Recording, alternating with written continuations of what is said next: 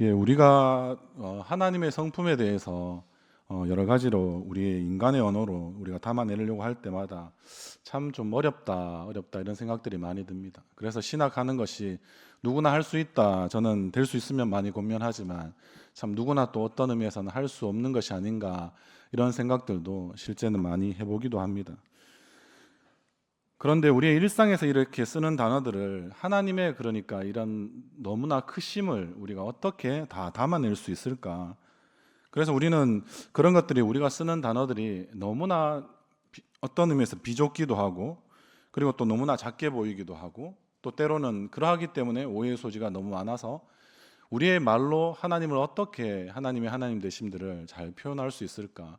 또 잘 담아낼 수 있을까? 이런 생각들을 뭐 설교를 준비하는 저 같은 목회자뿐만 아니라 우리가 하나님을 알고자 힘쓰는 우리의 모든 성도님들도 아마 그런 한계에 많이 부딪히곤 한다라는 것을 볼 수 있습니다. 우리 오늘 읽지는 않았지만 로마서 1장 17절의 말씀도 한번 같이 읽어보도록 하겠습니다. 로마서 1장 17절 한두 장만 넘기시면 17절의 말씀 많이 아는 말씀이고 많이 들었던 말씀입니다. 함께 한번 같이 읽도록 하겠습니다. 1장 17절입니다. 시작.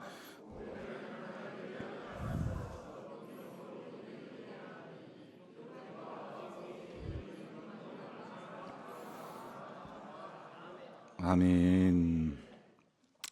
오늘 대표적인 로마서를 첫 장을 딱 펼치면 로마서가 너무나 교리적으로 또 하나님의 하나님 되심을 잘 나타내는 탁월한 책이긴 한데 그 가운데서 나타나자마자 제일 마음에 와닿았던 이 로마서 1장 17절의 말씀뿐만 아니라 오늘 본문의 말씀까지 이렇게 살펴보자면 마치 이 말씀들을 전부 다 관통하는 중요한 핵심적인 주제가 결국엔 믿음이라는 것을 우리는 알 수 있습니다.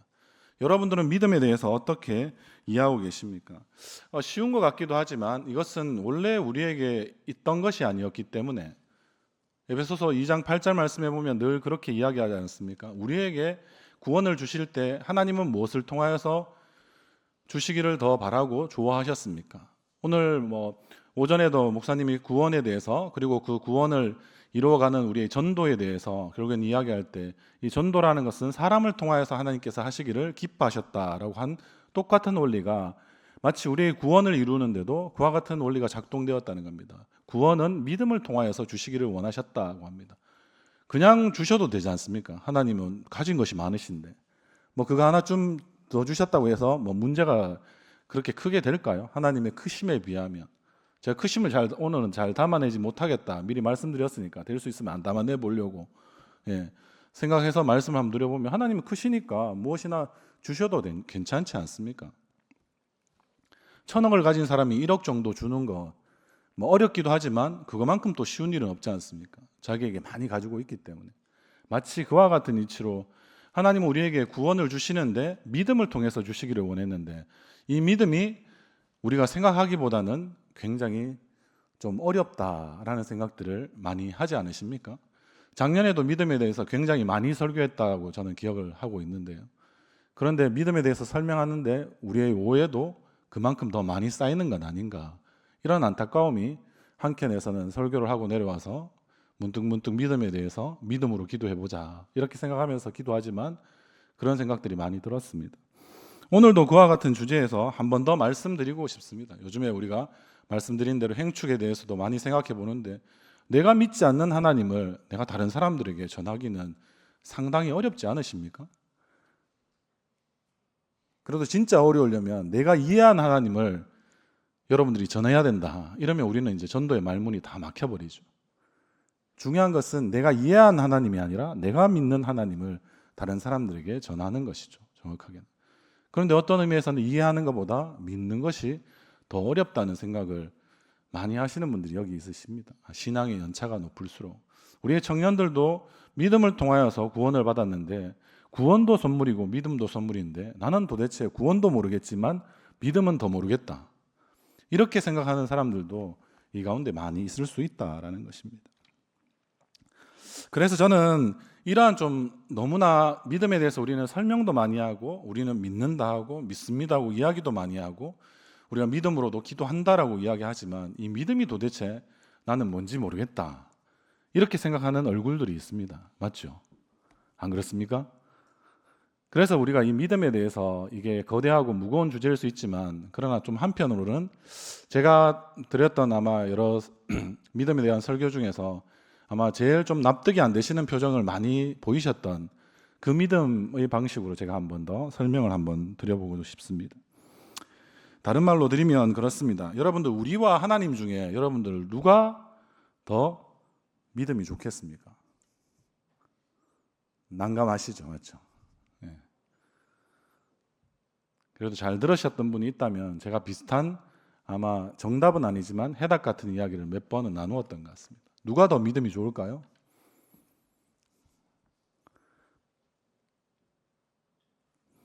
한번 생각해 보십시오. 아마 10중 8구는 당연히 우리가 하나님을 믿는 것이지, 여러분들은 생각할 때 이것이 어려운 이유는 무엇입니까? 하나님께서 믿음을 가지실 필요가 있나, 이렇게 우리는 되물어 볼 수 있기 때문에 그렇습니다.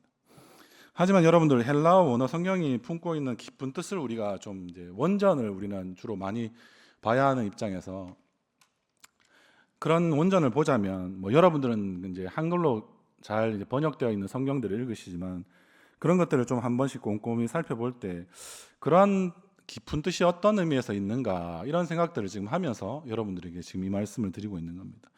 우리는 이러한 질문 앞에서 결국에는 겸손하고 고개를 숙일 수밖에 없는데요. 왜냐하면 성경이 진짜 말하고 싶은 깊은 뜻은 이 우리가 말하는 이 믿음에 대해서 조금 쓰임새를 달리하면서 우리에게 또 그 용법에 따라서 큰 깨달음을 주고 있기 때문에 그렇습니다.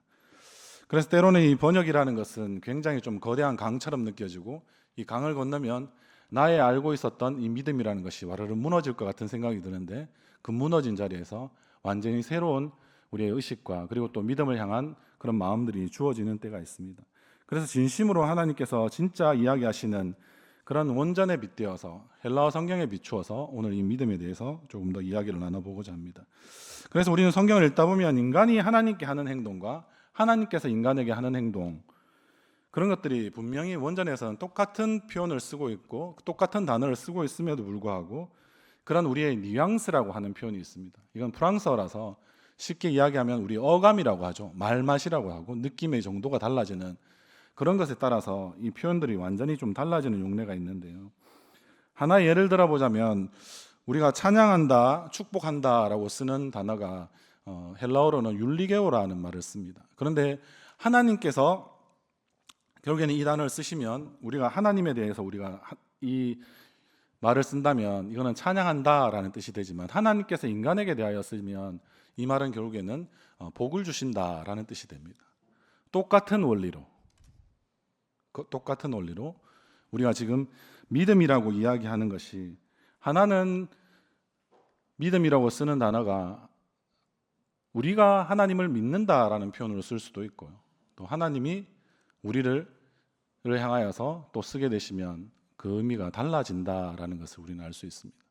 쉽게 이야기하면 우리가 믿는 믿음은 헬라어로는 피스토스라는 말을 씁니다. 이거는 그냥 명사적으로 쓰는데요, 우리가 이야기하는 하나님을 믿는 것, 그 성경에서 늘 강조하고 우리에게 바라는 그런 모습들입니다. 그런데 하나님께서 이렇게 어떤 의미에서는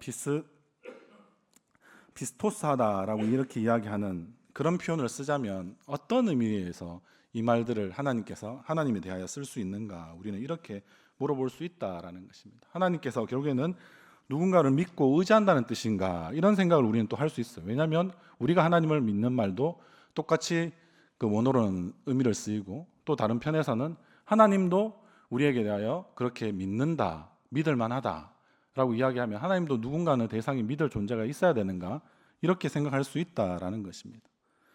그런데 성경이 하나님을 향해서 결국에는 이 피스토스라고 이야기하는 이런 말을 쓸 때, 믿을 만하다라는 말을 쓸 때 결국에는 이 개역 개정의 성경에서는 이를 아주 좀 아름다운 말로 결국에는 이렇게 번역해 놓았는데요, 바로 미쁘시다라는 말을 쓰는 것입니다. 우리 3장 오늘 3절의 말씀 한번 같이 읽어보도록 하겠습니다. 오늘 본문의 3절 말씀 같이 읽겠습니다. 시작.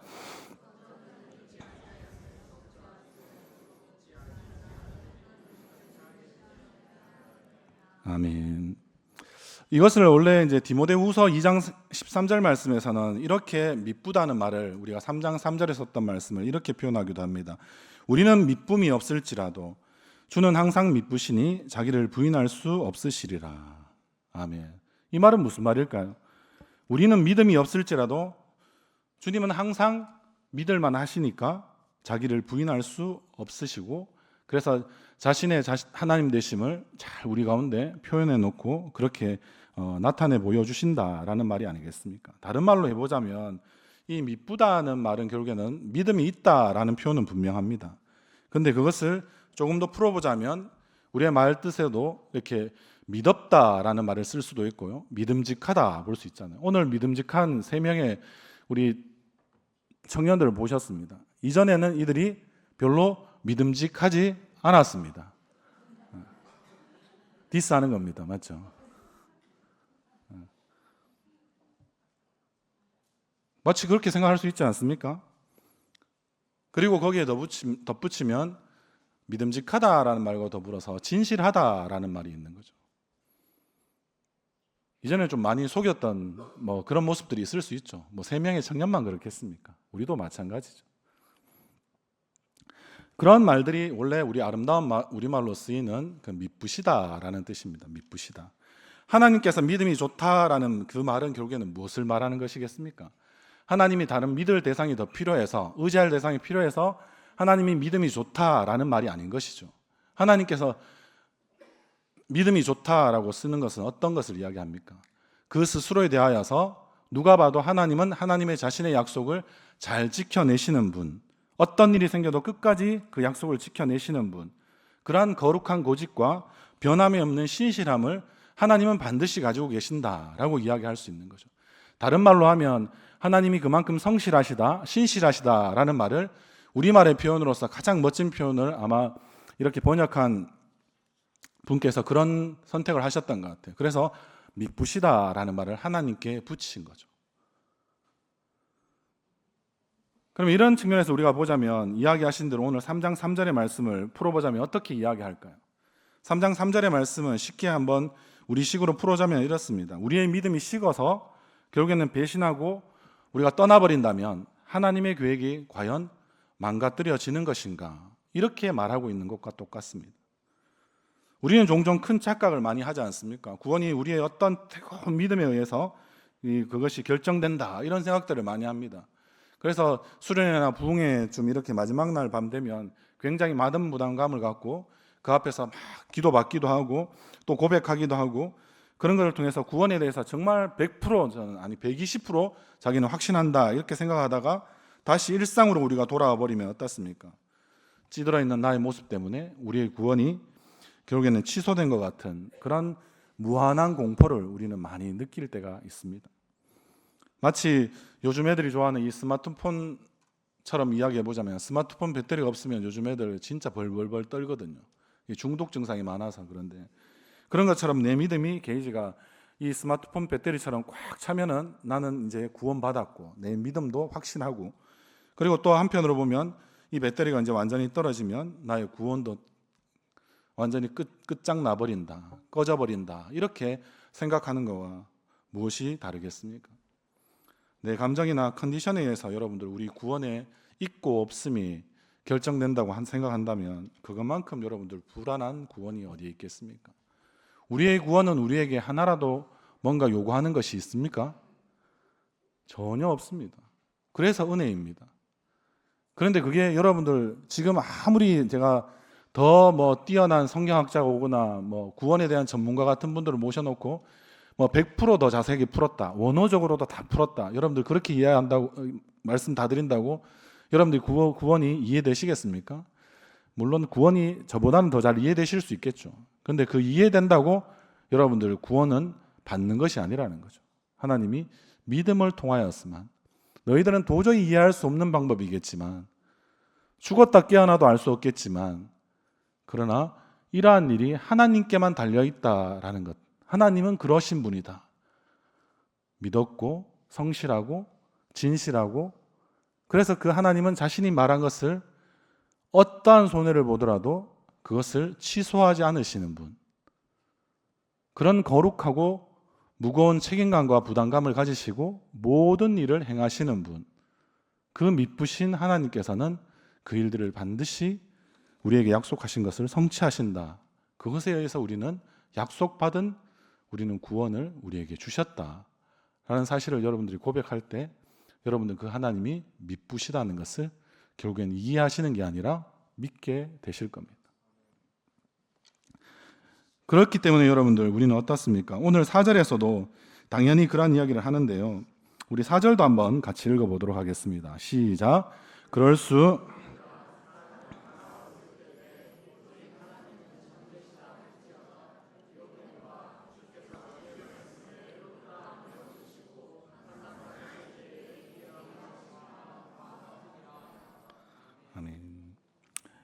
오늘 아마 이렇게 4절에서 따로 하반부에서 이렇게 표현한 것은 시편 51편 우리 4절의 말씀을 인용한 말씀인데요.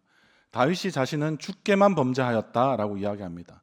어차피 죄인들이 되는 우리와 우리에게 죄를 지을 수 있죠. 그러나 결국에는 자신이 주님께 범죄하였다는 것을 온전히 고백할 때 우리 주님만이 의로우시고 주님만이 미쁘시고 주님만이 판단하신다라는 뜻으로 오늘 다윗이 바세바를 범한 그 사건 이후에 회개한 내용의 51편 4절의 말씀을 오늘 이 말씀에서 인용한 것이었습니다. 중요한 것은 무엇입니까?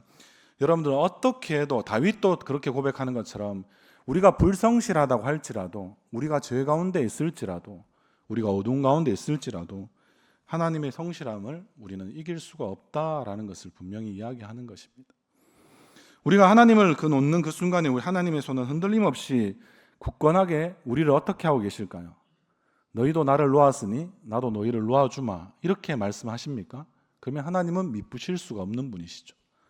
하나님이 미쁘시다 하는 것은 내가 하나님의 붙잡은 손을 놓을 때라도 하나님이 우리를 끊임없이 붙으신다 라고 이야기하는 것, 그것을 우리가 믿는 것이죠. 그래서 여러분들 한번 생각해 보십시오. 우리가 하나님 편에서의 믿음이라는 것을 더 깊이 한번 생각해 보고 알아가야 할 이유는 무엇입니까? 우리가 하나님을 믿는 믿음의 크기가 결국에는 얼마나 클까요? 아니면 하나님께서 우리를 향해 가지신 미쁘심이 더 클까요? 우리는 그렇게 우리는 비교하기를 좋아하니까요. 경쟁하기를 좋아하니까 믿음에 대해서 때로는 그러면 우리는 아주 낱낱이 계산적으로 한번 생각을 해보십시오. 어디가 더 클까요? 우리는 기분에 따라 우리의 믿음이 왔다 갔다 한다는 말씀은 드렸습니다. 그런데 하지만 하나님께서는 자신의 아들 되는 예수의 피를 우리에게 분명히 주셨습니다. 우리는 그것을 십자가의 사건이라고 고백합니다. 여러분들 그거 하나만 보아도 하나님은 결국에는 하나님의 미쁘심의 크기는 우리가 헤아릴 수 없는 크기, 하나님은 자신의 전부를 걸었으니까 우리는 하나님의 크기를 측량할 수 없으니까 결국에는 하나님의 우리 미쁘심의 크기는 우리가 가히 헤아릴 수 없는 것이죠. 우리의 믿음의 크기는 그것에 비하면 너무나 작은 것이죠. 그렇다면 하나님께서는 결코 우리를 어떻게 하시겠습니까? 우리는 하나님을 포기하고 나도 나 자신을 포기할 수 있고 우리도 우리 스스로를 서로 간에 포기할 수 있겠지만 하나님은 우리를 결코 포기하시지 않는다라는 것을 우리는 분명히 알 수 있습니다. 그러면 하나님은 지금 무엇을 믿고 계시는 걸까요? 정확하게 이야기하면 우리의 존재의 가능성 같은 것을 믿는 것은 아닙니다. 우린 자꾸 우리가 조금만 이렇게 뭔가 이렇게 믿음이 있고 하면 내가 살아있는 것처럼 우리 스스로가 스스로 자각되고 막 스스로 깨달아지고 이렇거든. 나 괜찮은 조금 사람인 것 같아. 이렇게 생각하는 것 하나님 안에서는 괜찮습니다. 그런데 하나님 앞에서 우리는 그런 살아있음이 있다고 하여도 우리 스스로가 하나님께 무언가 자랑할 것이 솔직히 있습니까? 그것이 없다라는 것을 우리 스스로가 깨달아야 되는 게 굉장히 중요한 지점이죠. 그러면 우리의 존재의 가능성을 하나님께서 믿고 행하시는 것이 아니라 우리를 변화시켜 내고야 말겠다는 하나님 자신의 뜻과 능력을 그 스스로가 믿어내시는 것. 하나님은 스스로 계시는 자이니까 스스로 그렇게 그것을 믿고 삼위일체의 하나님께서 이 구원의 모든 일에 합작하고 계신다는 거죠. 그러면 우리가 다시 한 번 더 이제 본문의 말씀은 조금 어느 정도에서 정리를 좀 해보고요. 1장 우리 17절의 말씀도 다시 한 번 더 읽어보도록 하겠습니다. 1장 17절의 말씀 다시 읽겠습니다. 시작. 하나님의 나타나서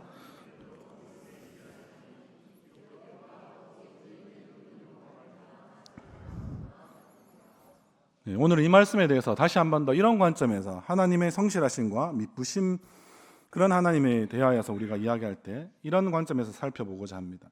여러분들, 가장 쉬운 말은 우리가 여기에서 믿음에서 믿음으로 라고 이야기하는 이 말입니다. 믿음에서 믿음으로 간다는 것, 여러분들은 어떻게 알고 계십니까? 여러 가지로 성경 공부를 많이 하신 분들은 나름대로 이해가 있을 겁니다. 그런데 오늘 가장 설득력 있는 해석은 이런 것이 아니겠습니까? 하나님의 신실하심이라는 출발점에서 시작해서 마침내 우리의 믿음이라는 도착점에 우리는 이르게 된다라고 보아야 하지 않겠습니까? 왜냐하면 하나님은 우리에게 구원을 선물로 주실 때 믿음을 같이 선물로 주셨다면 하나님은 자신의 믿음에서 시작하여서 결국에는 우리에게 그 믿음을 주시는 것으로 이 구원의 시작과 끝을 이루어 가시는 방식을 택하고 싶어 하신다라는 것이죠. 그래서 우리는 하나님이 우리에게 구원뿐만 아니라 믿음을 통하여서 구원을 이루어 가시는 것을 우리는 비로소 이해는 안 됩니다. 지금까지 말씀드리는 거 이해가 잘 되십니까? 이해하라고 지금 말씀드리는 것이 아닙니다. 믿게 되어지지 않으십니까?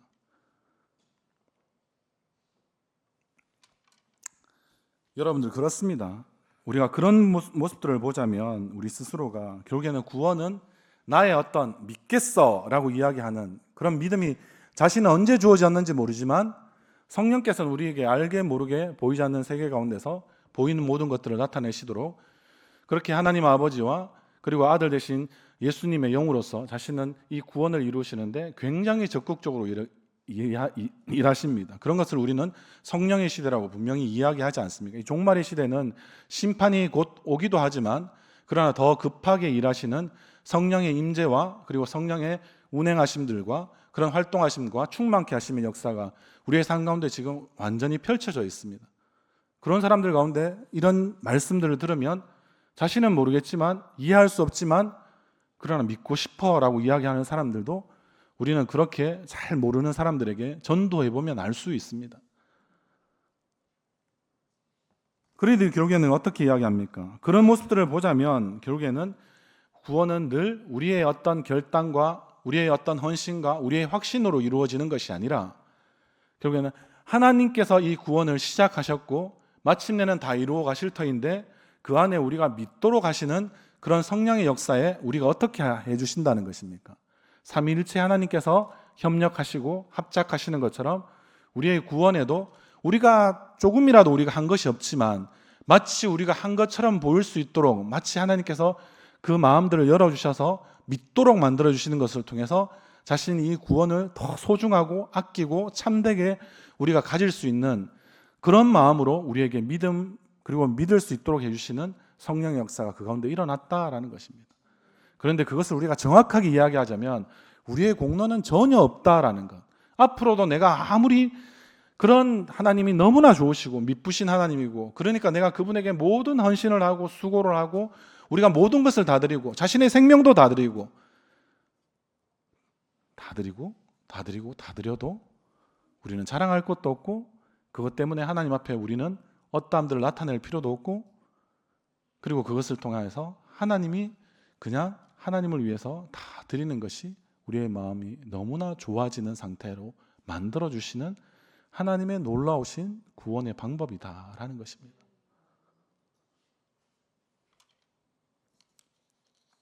우리는 자주 그럼에도 보면 실패합니다. 오늘 로마서 3장에 나오는 유대인들의 이야기는 바로 우리와 같은 사람들의 이야기입니다.